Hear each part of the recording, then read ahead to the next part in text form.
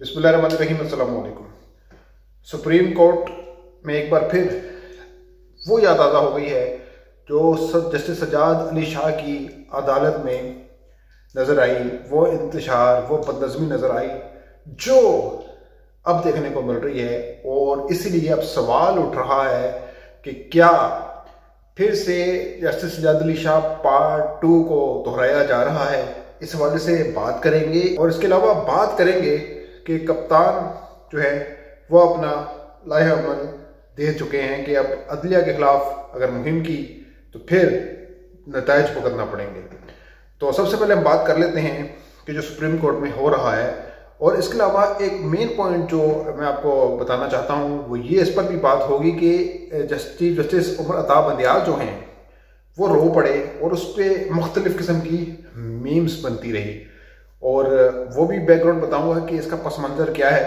तो सबसे पहले बात कर लेते हैं कि सुप्रीम कोर्ट के अंदर जो डिवीज़न पैदा होती चली जा रही है वो क्यों पैदा होती चली जा रही है।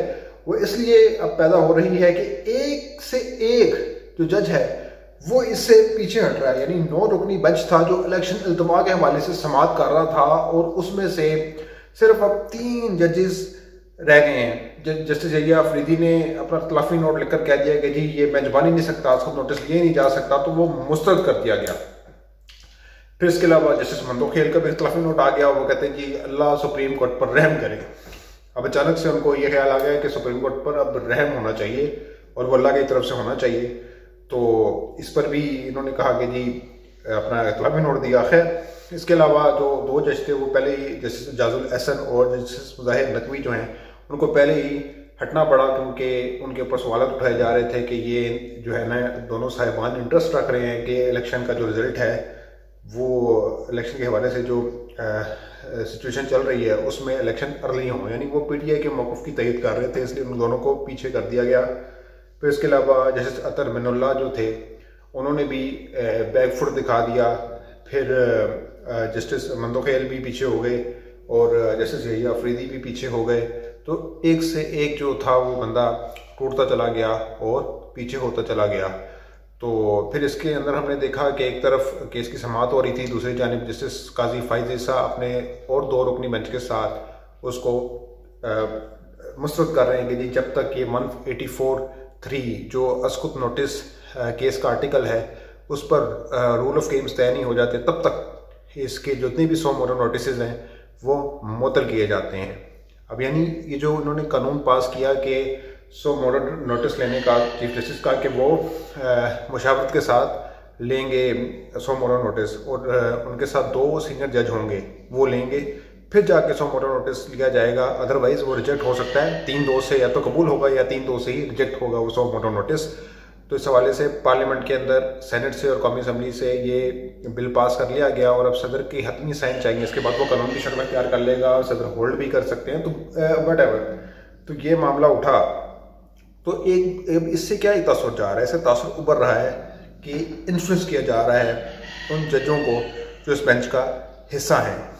और ये जस्टिस सज्जाद अली शाह की मैंने बात की थी कि इन पर अटैक किया गया था, याद होगा आपको, बहुत बुरे तरीके से इन पर अटैक किया गया और वज़ीर-ए-आज़म की नहली के हवाले से केस सुना जा रहा था। तो उस टाइम ये जो सदर रफ़ीक तारड़ जो हैं, जो ब्रीफ केस देने में मशहूर हैं, उन्होंने बहुत से जजेस को ख़रीदा था, और बहुत से जजेस तो थे वो जस्टिस सैयद ज़मान सिद्दीकी जो बाद सदर के उम्मीदवार भी थे मुस्लिम लीग नून की जानिब से, और दूसरी जानिब उनको गवर्नर सिंध भी बनाया गया था।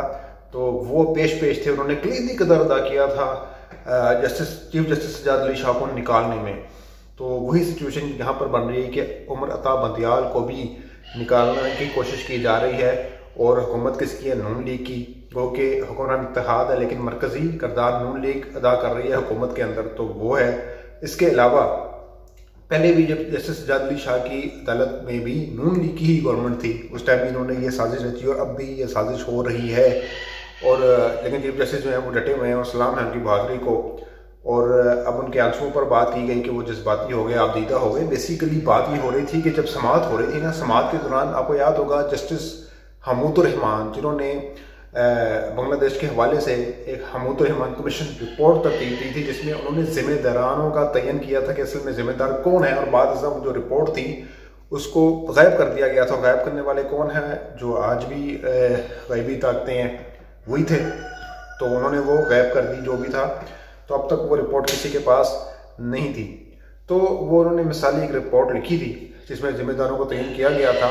तो उनके जो साहबजादे हैं जस्टिस हमीदुर रहमान के, जस्टिस हमीदुर रहमान, तो वो जो हैं उनके बारे में बात हो रही थी बेसिकली कि वो उनके उस्ताद हैं चीफ जस्टिस उमर अता बंदयाल के, और साकिब निसार के भी उस्ताद हैं वो बेसिकली, और एक बहुत ही ऑनरेबल जज रहे हैं सुप्रीम कोर्ट के। अगर गलत नहीं तो 2012 या 13 तक रहे हैं वो सुप्रीम कोर्ट के सीनियर तरीन जजों में उनका शुमार होता है। और उनकी क्रेडिबिलिटी आप यहाँ से मुलाहिजा कीजिए कि जब मुशर्रफ ने जो 2007 में एमरजेंसी लगाई थी PCO के तहत पोस्ट से जजेस ने हलफ लिया था, उनको तीन बार पेशकश हुई थी कि PCO के तहत हलफ ले लें, लेकिन उन्होंने नहीं लिया था। और उन्होंने पता क्या कहा था? उन्होंने कहा था कि मैं अपने वालिद साहब को क्या मुंह दिखाऊंगा क़यामत के दिन, यानी जस्टिस हमीदुर रहमान को मैं अपने वालिद को क्या मुंह दिखाऊंगा। ये जस्टिस हमीदुर रहमान के अल्फाज थे और यही अदालत में जब दोहराए गए तो उमर अता बंदयाल आप दीदा हो गए। तो जो ये बातें बना रहे हैं कि ये दिल बदश्ता हो रहे हैं या वो दबाव में आ रहे हैं, रोने लगे हैं, कमज़ोर हो रहा है चीफ जस्टिस, उसको इस्तीफ़ा दे देना चाहिए, तो ये सिर्फ मन गढ़ंत बातें हैं।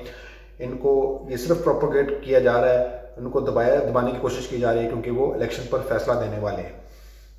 तो 3 रुकनी बेंच है, अब जाहिर सी बात है उन्होंने वो ऐसा तो किसी सूरत नहीं करना, उन्होंने लीग ने ये नहीं करेंगे कि ये 3 जज हैं अपनी मर्जी के बिठा दिए, फुल कोर्ट नहीं बनाया गया। वो कह रहे हैं मेरे जहन में था, चीफ जस्टिस कहते हैं मेरे जहन में था, लेकिन जजेस मसरूफ है तो मैं कैसे बनाऊँ? सारे अगर यहीं पे लगाएंगे तो जो आम साइलिन है उनके केसेस कौन सुनेगा भाई? तो इसी में फुल कोर्ट लगा दो, हर दूसरे तीसरे दिन उठ के सुप्रीम कोर्ट मुँह चुक के आ जाते हैं सियासतदान के, आओ ये केस सोल्व कर दो, ये केस सोल्व कर दो। खुद इतनी हैसियत नहीं है, सिर्फ ये PDM हुकूमत की बदौलत बार बार जो है ना वो सियासत अदालत में ले जानी पड़ती है, और वहाँ पर भी देखें तकसीम दर तकसीम होती चली जा रही है। तो ये बहुत मज़े का खेज बात है। आखिर में जाते जाते मैं बात कर लूँ इमरान खान के हवाले से कि उन्होंने कहा है कि फिर जो है वो सड़कों पर निकलना चाहिए, और हम सड़कों पर निकलेंगे चीफ जस्टिस के दिफा में, अदलिया के दिफा में और आइन के दिफा में। जिस तरह पहले तहरीक चली थी 2008 में, वकला की तहरीक, और बड़ी कामयाब तहरीक थी, और अली अहमद कुर्द, एतजाज़ अहसन और दीगर लोगों ने इसको कामयाब बनाने में अपना क्रूशल रोल प्ले किया था। तो अब अली अहमद कुर्द के बारे में भी खबरें आ रही हैं कि वो कह रहे हैं कि हम इमरान खान का साथ देंगे और आइन, अदलिया और चीफ जस्टिस का दिफा करेंगे। तो मुमकिन है कि एक बार फिर से ऐसी तहरीक चल पड़े, और जो अदालत के अंदर जंग है और जो जंग करने वाले हैं उनके साथ भी फिर एक फाइनल एंड हो सकता है। और इसके अलावा इस PDM हुकूमत से भी एक जंग हो सकती है। इसका अल्टीमेटली नतीजा हम सब जानते हैं कि जिसके साथ अवाम की ताकत हो, जिसके साथ अल्लाह की मदद हो, तो फिर उसको कोई हरा नहीं सकता। और इस टाइम दोनों ही ताकतें जो हैं वो इमरान खान के पुश्त पर खड़ी हैं। वो एक अल्लाह की मदद और दूसरी अवाम की ताकत, अवाम की सपोर्ट। तो अब तक के लिए इतना ही। अगली वीडियो तक के लिए इजाज़त दीजिएगा, अपना बहुत ख्याल रखिएगा। अल्लाह हाफ़िज़।